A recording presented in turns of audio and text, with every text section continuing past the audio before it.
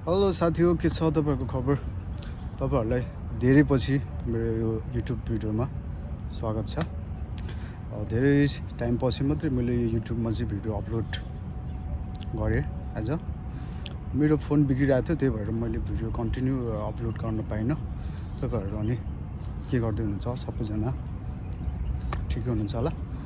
पछाडि हेर्नुहुन्छ त्यो म पनि स्टेडियम बाहिर छु अहिले चाहिँ फिफा वर्ल्ड कप चल्दैछ, त्यो चाहिँ हेर्न हामी पाइरहेको छैनौँ। म चाहिँ स्टेडियम बाहिर छु है। यो स्टेडियम चाहिँ फिफा वर्ल्ड कपको होइन, यो चाहिँ यता अबुधाबीको स्टेडियम हो, जायद स्टेडियम। यो भित्रको भिडियोहरू पनि म अर्को भिडियोमा तपाईहरुलाई देखाउने छु। यो भित्र चाहिँ के म्याचहरू हुन्छ, के कन्सर्टहरू हुन्छ, त्यो सबै म अर्को भिडियोमा तपाईहरुलाई भन्ने छु।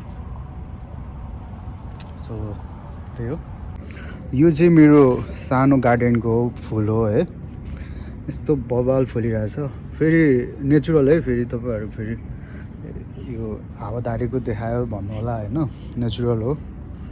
यस्तो मजाले गार्डनमा भित्र पाइप बिछाएर हैन, मल जल माटो साटो सब हालेर यस्तो भइरहेछ। यो माथि पनि फुलिरहेछ। यो चाहिँ हाम्रो पहिला हामी चाहिँ गाउँघरतिर चाहिँ गेट फुल भन्थ्यौँ हैन। यता चाहिँ यसलाई धेरै नै मजाले रोपेर फुलाएर हुन्छ।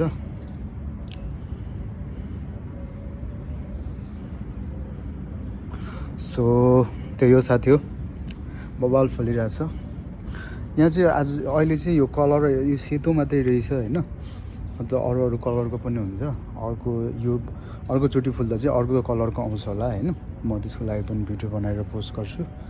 त्यसको त्यति नै सम्म लागि चाहिँ तपाईहरुले मेरो च्यानललाई सब्स्क्राइब गरिराख्नु होला। तपाईहरुले यस्तै भिडियोहरू देख्न पाउनुहुनेछ। Thank you for watching.